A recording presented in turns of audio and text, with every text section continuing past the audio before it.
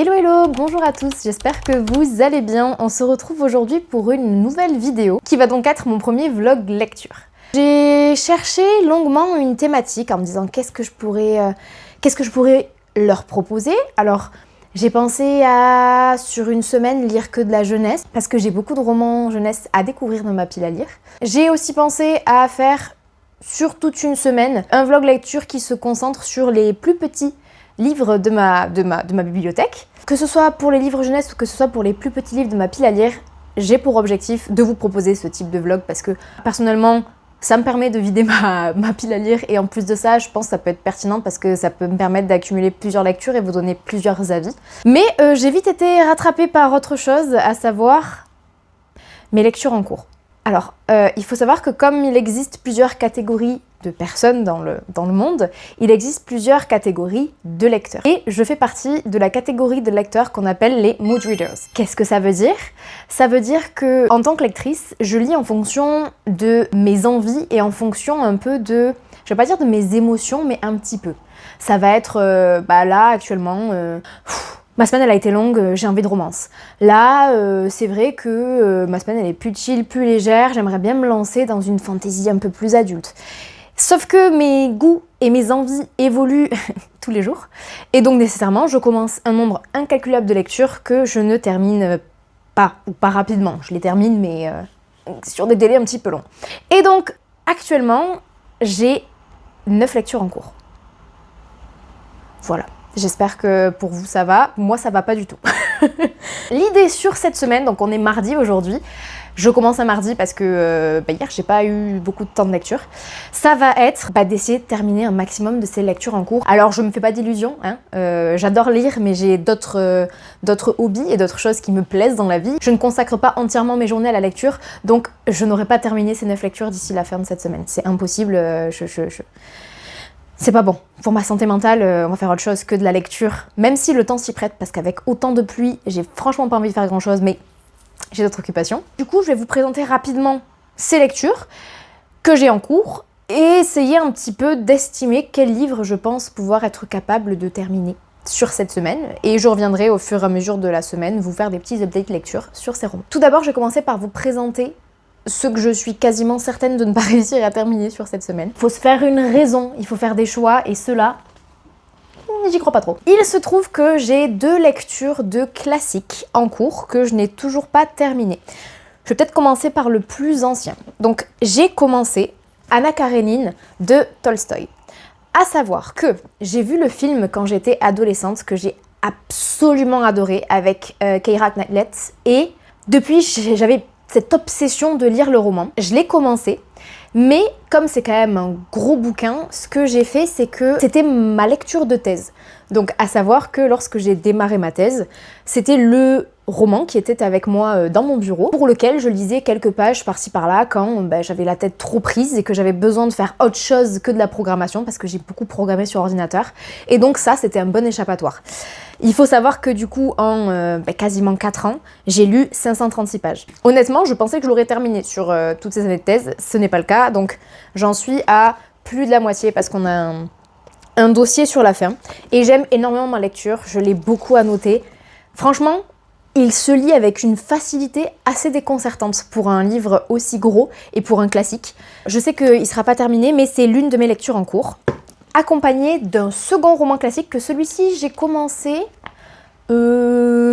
Je pense que je l'ai commencé un petit peu avant la sortie de l'adaptation. Il s'agit du Comte de Monte Cristo d'Alexandre Dumas. J'adore ce que je lis, mais entre-temps, j'ai vu le film, j'ai craqué, j'ai pas pu résister, je voulais trop le voir au cinéma et du coup, j'ai commencé le livre et en plein milieu du livre, je suis partie voir le film. Et du coup, une fois que j'ai vu le film, et j'étais moins partante, pas moins partante, mais j'étais moins intriguée par ma lecture parce que je savais ce qui se passait. Donc je l'ai repris un petit peu et puis j'ai pas terminé. Donc là j'en suis page 502, il me reste... il y a 701 pages, donc il me reste 200 pages. Peut-être que si j'arrive à me motiver, je le termine, mais c'est pas... ces 2 romans-là sont vraiment pas dans mes priorités de romans à terminer là, maintenant, de suite. Ok, je peux peut-être vous parler maintenant de... On va faire peut-être par catégorie. Donc j'ai commencé par les classiques, je vais juste vous présenter rapidement la lecture audio que j'ai en cours et la lecture numérique que j'ai en cours avant de passer au reste. des romans papier que j'ai entamés. Du coup, concernant la lecture audio que j'ai démarrée, donc là récemment, je l'ai commencé cette lecture, si je ne dis pas de bêtises, il y a un peu moins d'une semaine. Il s'agit d'un second tome d'une duologie que j'ai reçue en service de presse de la part des éditions PAL. Donc les éditions PAL viennent proposer en format poche les romans publiés chez De Saxus et chez les éditions Sabran. Donc il s'agit de Cursed de Marissa Meyer qui est le second tome de la saga Gilded. Dans cette duologie, elle vient réadapter le conte de Rumpelstiltskin. Je déteste prononcer ce mot. Alors j'ai lu le premier tome en janvier je crois et c'était une lecture assez mitigée, à savoir que je trouve l'idée de la réécriture pertinente mais je trouve que c'est beaucoup trop long pour ce que c'est et il faut savoir que ce second tome est encore plus long que le premier. Pour moi, cette duologie là passe en un tome de maximum 500 pages, vraiment maximum 500 pages et comme elle en a fait deux de bien plus, celui-là il fait quasiment 600 pages, ça tire vraiment en longueur, donc là je suis passée sur le format audio et en toute honnêteté, j'ai lu 80 pages je crois, enfin l'équivalent de 80 pages, j'ai écouté une heure, un peu plus d'une heure.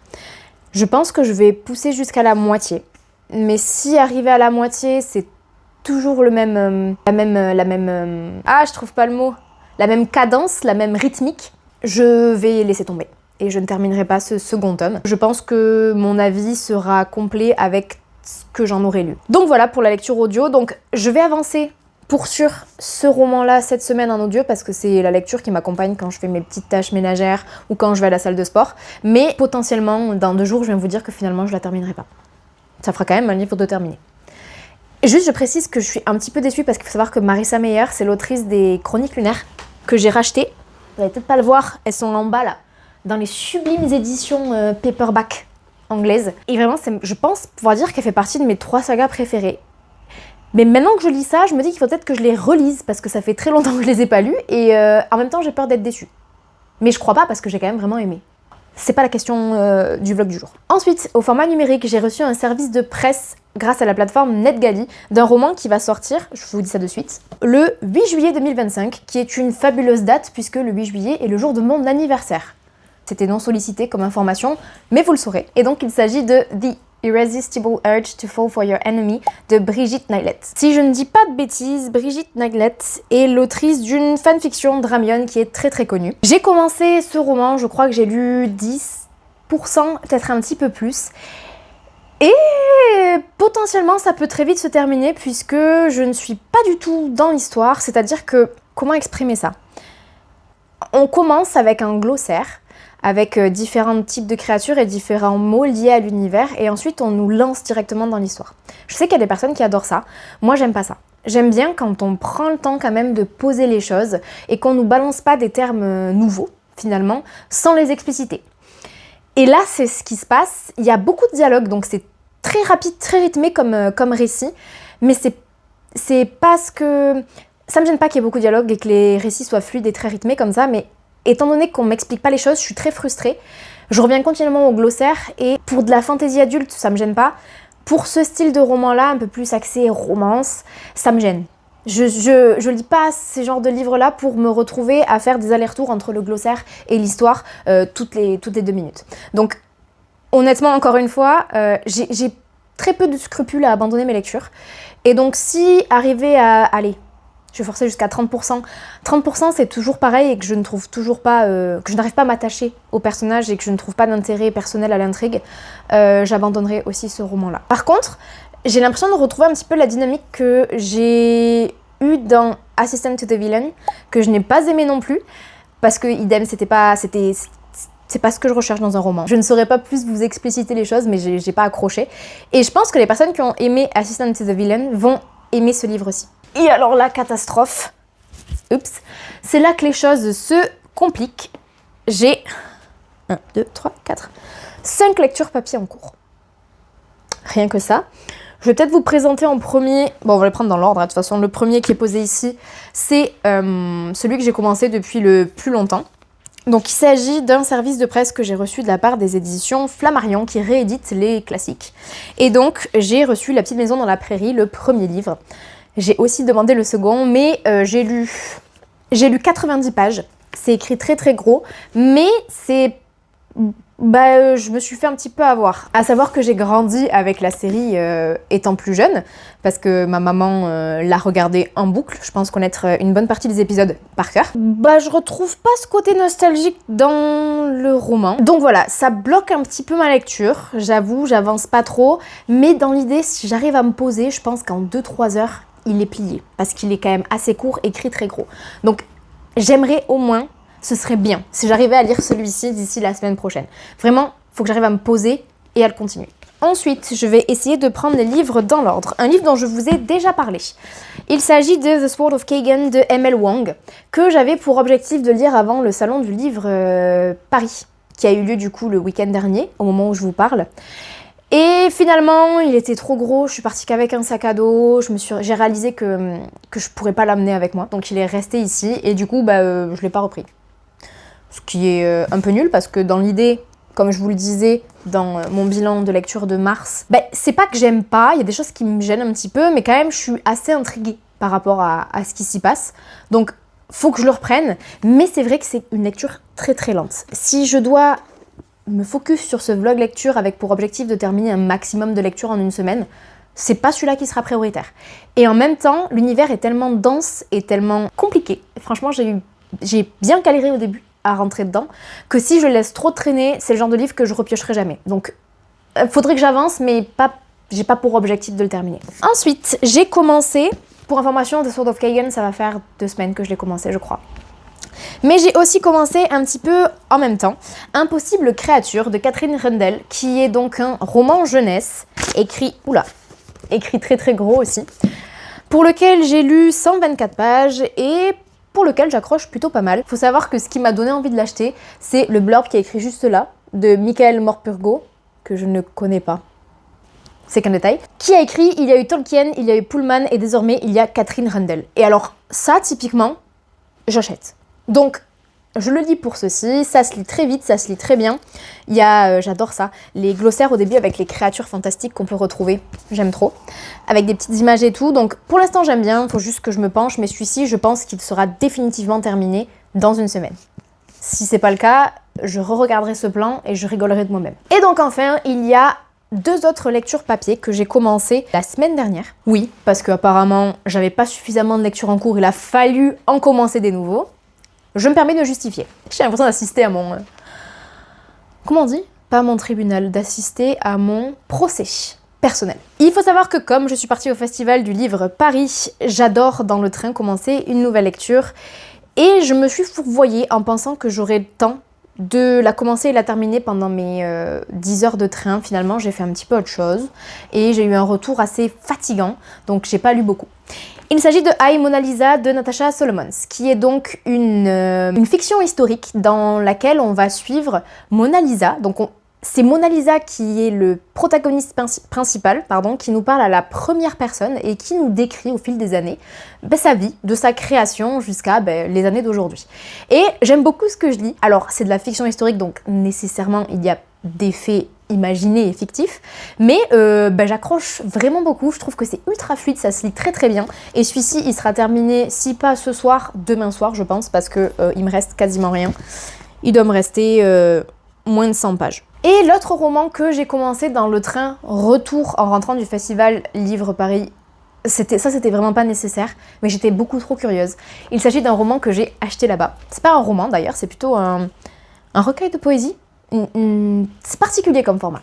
Il s'agit de Les Nuits du cœur de Léa Jeunesse et Célia Saïf. C'est très poétique comme écriture et ça va être organisé sous forme de dialogue entre 2 personnes qui vont un petit peu discuter sur, comme le titre l'indique, leur cœur, l'état de leur cœur, leurs sentiments, leurs émotions, ce qu'elles ressentent, ce qu'elles pensent, ce qu'elles pressentent. Et j'aime vraiment énormément les plumes des 2 autrices. Je les trouve vraiment...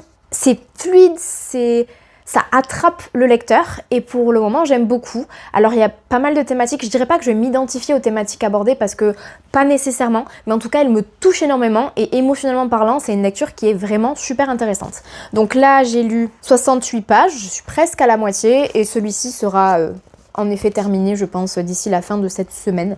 Donc très très hâte de le continuer et très très hâte de vous faire mon retour un peu plus complet sur celui-ci. Donc c'est à peu près tout pour la présentation des lectures que j'ai en cours. J'avoue, j'ai un peu honte d'avoir commencé autant de livres, c'est-à-dire que je m'en rends pas compte. Je m'en rends compte quand je fais le bilan à la fin, je me dis « Waouh, là t'as encore abusé ».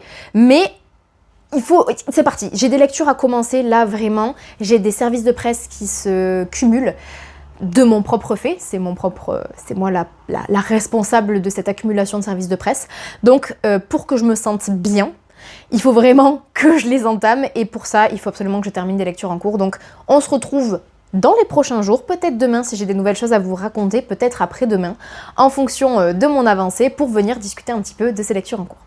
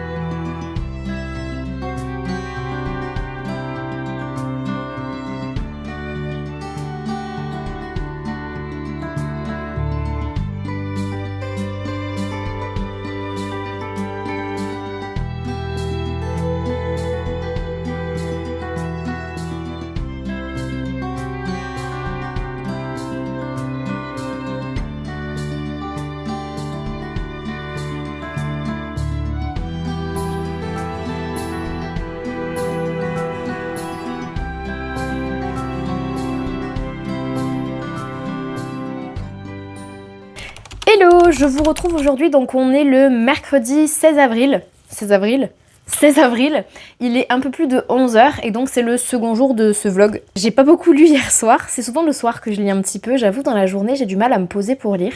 Hier soir je suis partie voir un film au cinéma, donc Mikey 17 d'ailleurs. Je savais pas grand chose sur ce film parce que j'y étais principalement grâce aux publicités YouTube. Je suis un vrai pigeon, franchement... La société de consommation fonctionne, étant donné que j'ai vu la pub sur YouTube, je me suis dit « Ah, ça a l'air trop bien !» Et je suis partie le voir au cinéma. Donc, top, bien joué. Mais je suis partie le voir sans trop savoir de quoi ça parlait, parce que j'avais juste le titre du film en tête, 2-3 images avec Robert Pattinson, et je savais pas trop ce qu'il allait en être. Et il se trouve que j'ai vachement bien aimé. Je sais pas s'il faut absolument le voir au cinéma, je suis pas certaine que ce soit nécessaire, mais franchement c'était fun. Et d'ailleurs j'ai appris, grâce à Valentine du compte My Little Library, qu'il était justement adapté d'un livre. Donc trop cool. Tout ça pour dire que du coup, j'ai peu lu hier soir, et hier dans la journée de façon générale. J'ai avancé dans Cursed de Marissa Meyer au format audio. J'ai écouté l'équivalent d'une 20aine de pages. Alors faut savoir que le début de ce second tome, je vous le disais hier, c'est lent et répétitif, mais je soupçonne que ce soit dû au fait que c'est un second tome et donc elle a voulu rappeler beaucoup de choses. Ça n'enlève à rien le fait que le premier tome était long et répétitif sans que ce soit dû à un tome précédent. Mais là, je suis arrivée à un stade où on bouge un petit peu, il se passe des choses. Donc pour l'instant, je vous avais dit que je savais pas si je continue ou pas ma lecture. Pour l'instant, je continue un petit peu. Ensuite, j'ai un petit peu avancé aussi dans I, Mona Lisa de Natasha Solomons. Il me reste une 50aine de pages, vraiment, je suis à la fin. J'aime toujours autant, je suis assez curieuse de savoir comment est-ce que l'autrice va clôturer ce livre, parce qu'on est vraiment sur, du coup, comme je vous l'expliquais hier, Mona Lisa qui nous raconte son histoire, donc j'imagine qu'on va terminer avec Paris le Louvre aujourd'hui, mais je suis curieuse de savoir ce qu'elle a à nous dire en fait, ce qu'elle a imaginé que Mona Lisa pourrait avoir à nous dire actuellement aujourd'hui. Et enfin donc au format numérique sur ma liseuse, j'ai un tout petit peu avancé dans The Irresistible Urge to Fall for Your Enemy. Il faut faire des titres plus courts. Je suis toujours pas emballée. Alors, vraiment, j'ai l'impression de revivre la même expérience de lecture que Assistant to the Villain, que j'avais terminé. J'avais vraiment forcé pour finir ce livre.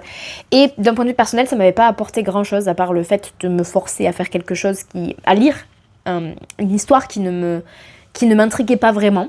Donc là, j'avoue que si arrivé à 30%, c'est toujours le cas et j'ai toujours ce sentiment de pas me sentir intégrée à l'histoire. Je vais pas forcer jusqu'à la fin, je pense que ça vaut pas le coup. Faut aussi savoir accepter le fait que certaines lectures ne sont pas faites pour nous et que c'est ok, c'est pas grave et il faut passer à autre chose. Donc voilà, je reviens vers vous dès que j'ai des petites news à vous faire. J'espère revenir pour vous parler notamment de I, Mona Lisa que je devrais avoir terminé tout de même d'ici ce soir. En sachant que ce soir, je ne suis pas chez moi non plus. Et ce midi non plus. Mais cet après-midi, peut-être un petit peu. J'aurai le temps de lecture. Je croise les doigts.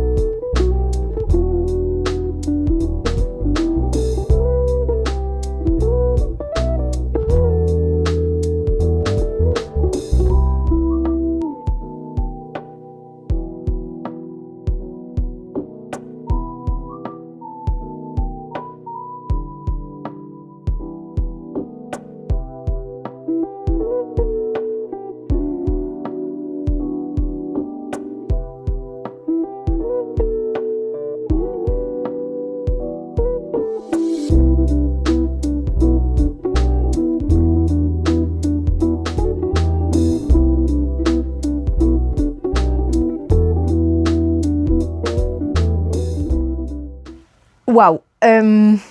Bonjour, nous sommes actuellement le jeudi 17 avril et il vient de se passer une dinguerie absolue. Ça met en péril un petit peu tout l'intérêt de ce vlog de lecture, mais pas totalement, on va s'en sortir, on va trouver une solution. Par quoi est-ce que je commence? Parce que j'ai reçu une nouvelle extraordinairement catastrophique. Mais j'avais quand même prévu de vous faire un update lecture juste avant de vous annoncer cette nouvelle.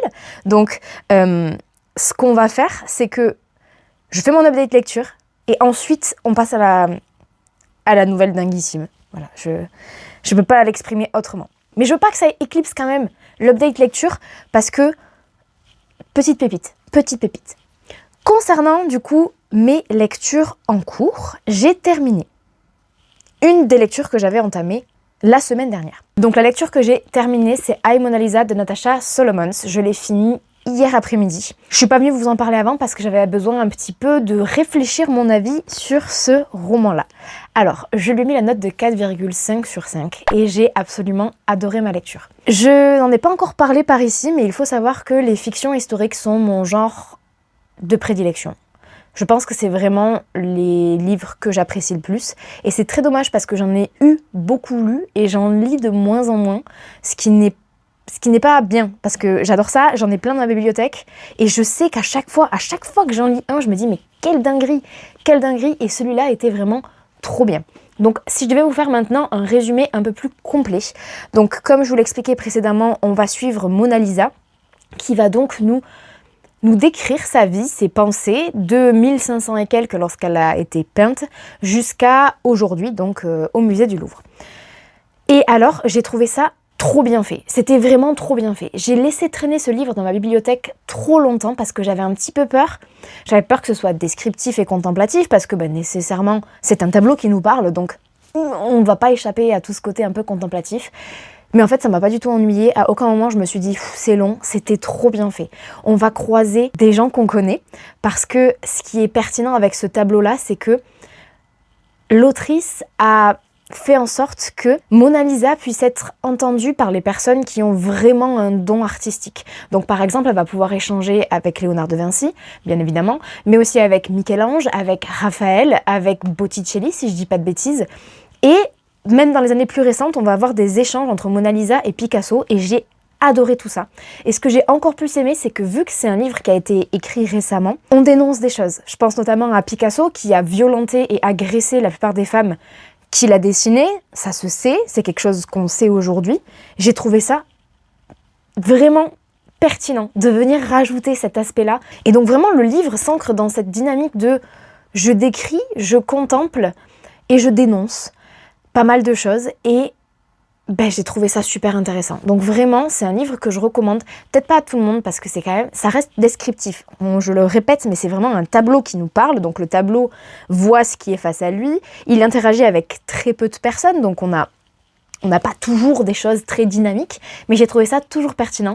Et il faut savoir que bien que ce soit une histoire fictive avec des faits, des détails imaginés, on a quand même plein de références historiques et de faits historiques réels. C'est-à-dire qu'il y a plein de fois où je me suis dit non, c'est pas possible, ça s'est pas vraiment passé. Il y a pas eu ça.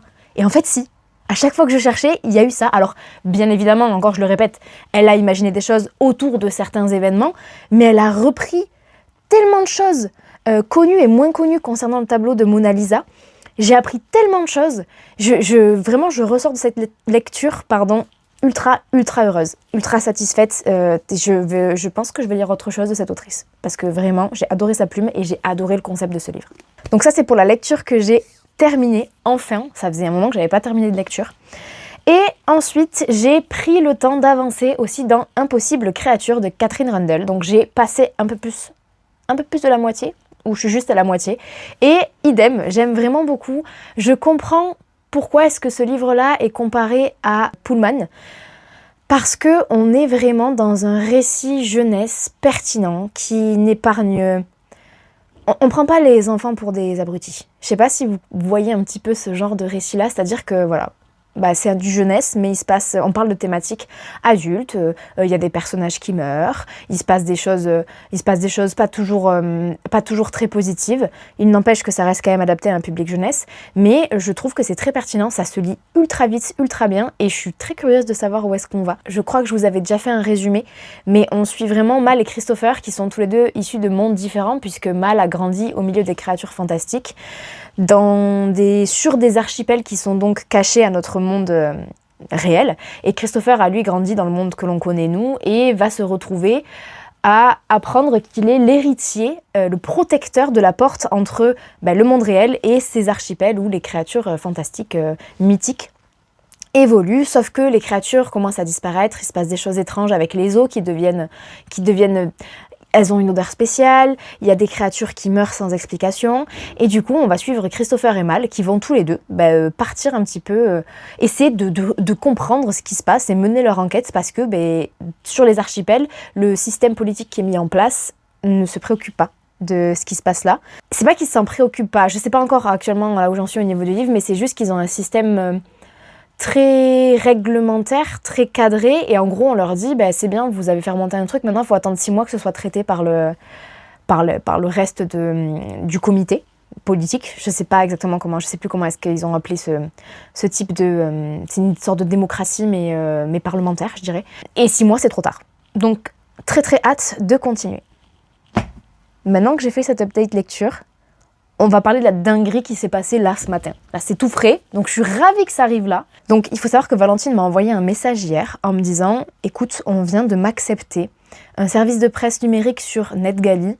J'ai hurlé quand j'ai appris qu'elle l'avait eu. J'étais trop heureuse pour elle et je me suis dit « Punaise, c'est même pas moi qui me suis dit, c'est elle qui m'a dit « Tente le coup, on sait jamais, ça peut passer ». Je tente le coup et vlati pas qu'il a été accepté. Il s'agit du prochain roman, de la prochaine parution d'une de mes autrices préférées, qui est donc Samantha Shannon. Et j'ai reçu ce matin en service de presse avant-première, parce que je crois qu'il sort en septembre de cette année, la nouvelle qui se passe dans l'univers du Prieuré de l'Oranger, qui est donc Among the Burning Flowers. Et je suis tellement heureuse. C'était genre... Quoi? Quoi? J'y crois même pas. Donc là, actuellement, dans ma liseuse, j'ai le prochain Samantha Shannon. Tout va bien. Donc, comment vous dire que je vais pas attendre avant de l'entamer parce que je veux le lire maintenant. Donc, ce qui va se passer là, j'ai réfléchi, je me suis dit, ouais, mais c'est pas l'objectif du vlog que je suis en train de tourner. Donc, ce que je vais faire, c'est que The Irresistible Urge to Fall for Your Enemy, que vous l'aurez compris, je n'apprécie pas plus que ça. Je vais lui laisser sa chance, mais plus tard. Donc, je vais le mettre en pause, on va le décaler de côté. Et en numérique, je vais commencer le prochain Samantha Shannon, avec Valentine. Je suis en attente de sa réponse pour savoir quand est-ce qu'on le démarre. Et j'ai bien espoir que vous ayez mon avis dans ce vlog sur le prochain Samantha Shannon. C'est n'importe quoi, je suis tellement contente. Donc voilà, écoutez, objectif quand même, continuer à avancer dans Impossible Créature pour le finir au plus vite et entamer le prochain Samantha Shannon. C'est oufissime.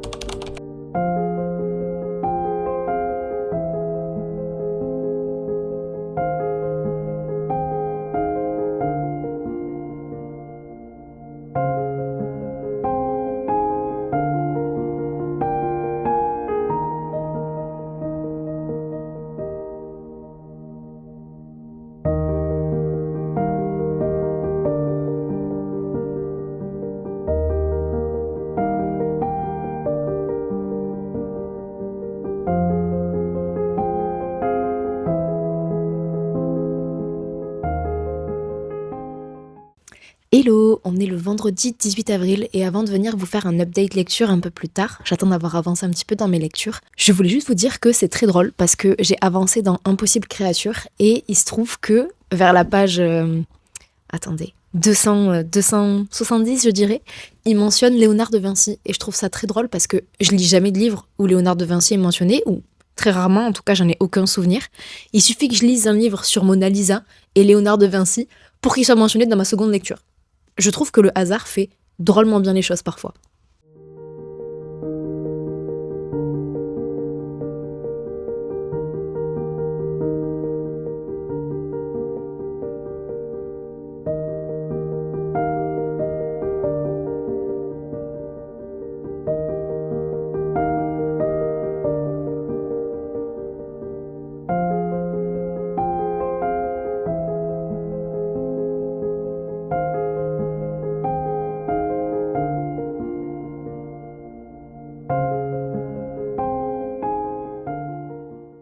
Hello hello, on est donc le samedi 19 avril 2025 et ce vlog touche à sa fin.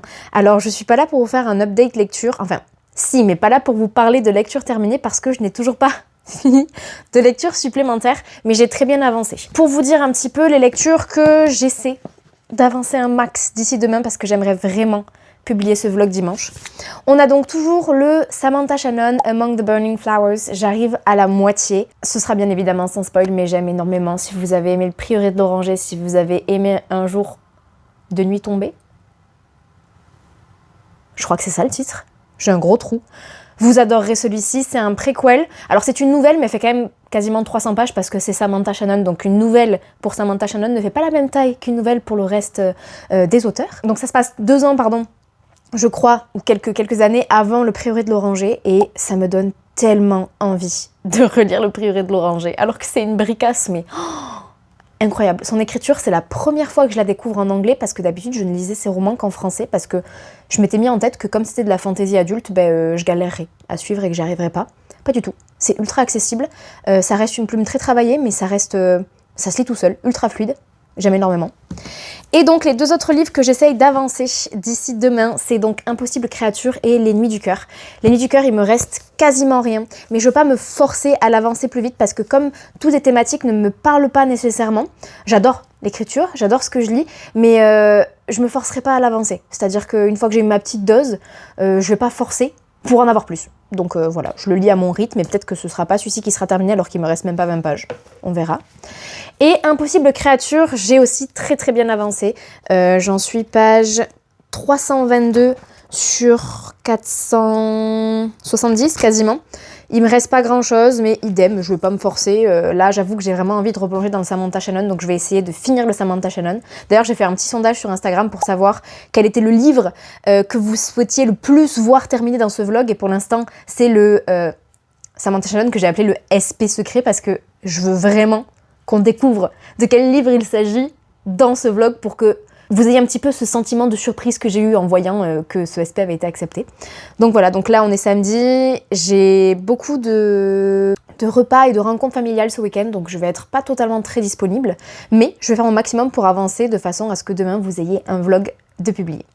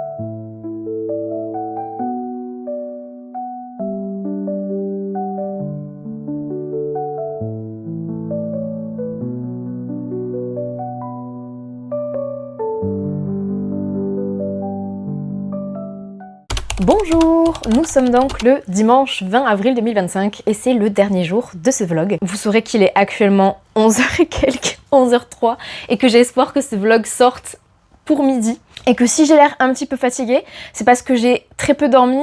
Hier soir, j'avais un repas de famille qui s'est terminé assez tard, le temps de rentrer chez moi. Et ce matin, j'ai voulu me lever tôt pour absolument terminer le dernier Samantha Shannon. Je suis potentiellement un petit peu fatiguée, j'espère que je serai claire, cohérente et que ce vlog va sortir en temps et en heure. Mais sachez que j'ai donné de ma personne pour que ce soit le cas. Si je dois faire un petit résumé de cette semaine de lecture, dans laquelle l'objectif était donc, je le rappelle, d'avancer dans mes lectures en cours, qui a été juste très légèrement perturbée par l'apparition d'un service de presse exceptionnel. Donc finalement, sur cette semaine, j'ai terminé 2 romans et j'ai bien avancé sur 3 lectures. Donc sur 9, c'est pas trop mal. Je pense qu'on s'en sort bien. Mais il faut quand même que je continue dans cette dynamique-là d'avancer dans mes lectures en cours avant d'en démarrer de nouvelles. Je ne vais pas revenir sur I'm Mona Lisa, vous avez déjà mon avis dans ce vlog. Par contre, je vais rapidement vous parler de Among the Burning Flowers que j'ai donc terminé de Samantha Shannon. Ce sera un avis sans spoil qui va être très évasif parce que c'est un livre qui sort qu'en septembre, donc je veux pas donner trop d'informations dessus. Sachez que je lui ai mis la note de 5 sur 5. C'était exceptionnel. Samantha Shannon, je pense que j'avais oublié à quel point est-ce que c'est mon autrice favorite en fait. Je pense que vraiment elle est tout en haut de la liste. C'est une nouvelle de quasiment 300 pages, mais ça reste une nouvelle parce que ça se lit comme une nouvelle, c'est-à-dire que c'est très fluide, très rapide. Et par rapport au bricasse que Samantha Shannon peut publier, 300 pages finalement, c'est vraiment pas grand-chose. Je vais pas vous parler de l'histoire de façon générale. Si jamais ça vous intéresse, vous pouvez aller voir le résumé, mais je sais que moi personnellement, je voulais rien savoir dessus avant de le découvrir, donc je vous donnerai pas ces informations-là. Par contre, sachez que ça se lit n'importe quand, mais peut-être pas en introduction à l'univers du Prieuré de l'Oranger. C'est-à-dire que là, les faits se passent un petit peu avant le Prieuré de l'Oranger, et donnent d'ailleurs très envie d'enchaîner avec le Prieuré de l'Oranger, je le répète, mais vraiment, j'ai fini le livre, je me suis dit, non, on ne commence pas, on ne relit pas le Prieuré de l'Oranger. Dans l'ordre de publication, c'est d'abord le Prieuré de l'Oranger, ensuite Un jour de nuit tombé, et enfin celui-ci, donc Among the Burning Flowers. Donc ça se lit comme ça, moi je les ai lus comme ça, et ça se lit très bien. Mais un peu de frustration à la fin de Among the Burning Flowers de ne pas pouvoir réenchaîner avec le Prieuré. Je pense que sinon, ils peuvent se lire aussi dans l'ordre chronologique de l'histoire, à savoir d'abord Un jour de nuit tombée, ensuite Among the Burning Flowers, et ensuite le Prieuré de l'Oranger. Si je devais le refaire, je pense que je choisirais ce second ordre. Mais ça se lit aussi très bien dans l'ordre, dans le sens de publication. On en discutait avec Valentine, on disait que peut-être que cette nouvelle, comme introduction au Prieuré de l'Oranger, ça fait peut-être un peu trop d'un coup. Mais ça reste très fluide, très agréable, j'ai adoré, je suis absolument ravie d'avoir pu découvrir cette nouvelle en avant-première, donc merci Annette Gali. Je pense que je vais faire une relecture de The Bone Season avant de retaquer une relecture de Prieuré de l'Oranger. Ensuite, j'ai quand même très bien avancé dans une partie de mes lectures. Donc comme je vous le disais hier, j'ai pas avancé plus. Depuis hier dans Les Nuits du Cœur et dans Impossible Créature. Donc il me reste une vingtaine de pages dans Les Nuits du Cœur et une 80 pages je crois, je sais plus ce que j'avais dit. Ou 100 pages dans Impossible Créature, mais c'est écrit très très gros. Mais je pense que je peux déjà vous faire un avis global. Ce serait cool de l'inclure dans ce vlog, bien que vous aurez mes avis sûrement finis et complets pour mon bilan d'avril. Donc concernant Les Nuits du Cœur, c'est sous format de dialogue, je vous l'avais peut-être déjà montré, mais pour vous donner une idée, on a deux personnes. Donc c'est en bleu et en noir, deux personnes différentes qui parlent durant une nuit complète et qui vont parler de plusieurs thématiques. Ça va parler de sa place dans le monde, de comment est-ce qu'on pense se situer, de relations, que ce soit amoureuses, que ce soit amicales, de comment est-ce qu'on se donne aux autres et comment est-ce qu'on reçoit l'amour et l'attention des autres. Et j'ai trouvé ça très très très intéressant. Voilà, encore une fois, je m'identifie pas à toutes les thématiques abordées, mais je trouve que les plumes sont sublimes, sont très travaillées et en même temps ça reste très fluide et ça se lit très très bien. Donc je le recommande à 100%. Pour Impossible Créature, je vous refais pas le pitch, mais c'est un roman jeunesse que je vais grandement recommander. Il me reste pas grand chose, mais vraiment, je le trouve très très bien écrit, je le trouve... Il a tout ce que j'aime dans les romans jeunesse. J'ai même été assez surprise par quelque chose qui s'est passé, c'est-à-dire que je pense que plus jeune, ça m'aurait arraché une larme. Ça m'a arraché beaucoup de frustration en tant qu'adulte. Et plus jeune, ça m'aurait arraché une larme. Donc vraiment, je le trouve très bien. Je trouve que c'est un livre de fantasy avec un univers travaillé, très intéressant. Et j'ai un petit coup de cœur pour une relation parce que du coup, on suit principalement deux enfants. Mais ils vont être encadrés, entre guillemets, par deux adultes. Donc un homme qui est un guerrier, on va dire ça comme ça. Et une femme qui est, elle, une scientifique, une biologiste. Et il y a une sorte de petite alchimie entre les deux et j'ai trop aimé, donc c'est des personnages secondaires, mais j'ai trouvé ça trop mignon et j'ai trop accroché, donc très très hâte de découvrir la fin de ce roman. Et je pense que c'est un one shot. Je sais pas s'il y aura une suite, je pense qu'il y a matière à faire plus de choses dans cet univers, mais je sais pas si c'est prévu. Et enfin, je crois que c'est tout pour mes lectures bien avancées. J'ai avancé dans Cursed de Marissa Meyer. Alors ça, c'est un peu la bonne découverte de ce vlog lecture aussi. En fait, non, il n'y avait que des bonnes découvertes. Je veux dire, j'ai mis des notes incroyables à tous les livres que j'ai lus. C'était vraiment une réussite, ce vlog lecture. Mais là, ce livre aussi, je me suis dit, ça va être une plaie. Je vais galérer à le terminer. Et finalement, le format audio me le fait apprécier. Alors, ce sera pas une très bonne lecture. Parce que, pour vous donner une idée, j'en suis à la page 228 sur quasiment 600 pages. Et là, pour moi, l'histoire peut se résoudre dans moins de 50 pages. C'est-à-dire qu'ils ont tout ce qu'il faut pour résoudre leurs problèmes et je suis en train de me dire, tout ça là, il y a moyen que ce soit très très long. Alors il faut savoir que, voilà, je pense que ce que je reproche le plus à cette duologie, c'est que ça tire en longueur. De façon générale, je trouve que ça tire trop en longueur. Alors c'est bien parce qu'elle crée un univers, elle le pose bien, elle le travaille, elle en parle bien, elle inclut plein de choses, mais c'est trop long. Pour moi, c'est trop long. On sent qu'elle l'a travaillé, mais c'est trop redondant. Trop redondant. Donc le format audio fait que je pense que je vais le terminer parce que j'arrive à l'avancer correctement, mais voilà, ce sera pas une duologie coup de cœur et c'est en tout cas une duologie qui me donne envie de relire les Chroniques lunaires pour voir où est-ce que se situe Marissa Meyer dans ma liste d'auteurs, d'autrices favorites parce que vraiment je la plaçais très très haut et je crois qu'il faut que je lise autre chose pour un petit peu me refaire une idée. Mais donc voilà pour ce vlog de lecture, c'était le premier, j'espère qu'il ne sera pas trop long, j'espère que vous aurez passé un bon moment avec moi, si vous êtes resté jusqu'à la fin, merci beaucoup. En attendant, n'hésitez pas à me dire si vous avez lu certains de ces romans, si certains vous tentent, ou en tout cas si vous auriez préféré peut-être que je lise autre chose et que je termine autre chose pendant ce vlog lecture. N'hésitez pas à me motiver d'ailleurs, dites-moi si vous avez lu Le Comte de Monte Cristo ou Anna Karenine, essayez de me motiver pour ceci en particulier, parce que c'est quand même les plus longs, soit dit en passant. J'oublie, je le vois du coin de l'œil, vous le voyez pas, mais moi je le vois du coin de l'œil, j'ai The Sword of Kagan qui me regarde en mode « Hello, tu te souviens, t'as dit que si jamais tu nous laissais trop traîner, l'univers t'allais plus t'en souvenir. » Faut que j'y replonge, faut vraiment que j'y replonge. Mais voilà, c'est la fin de ce vlog, je vous souhaite un très bon dimanche, et je vous dis à très bientôt pour une nouvelle vidéo. Salut, salut!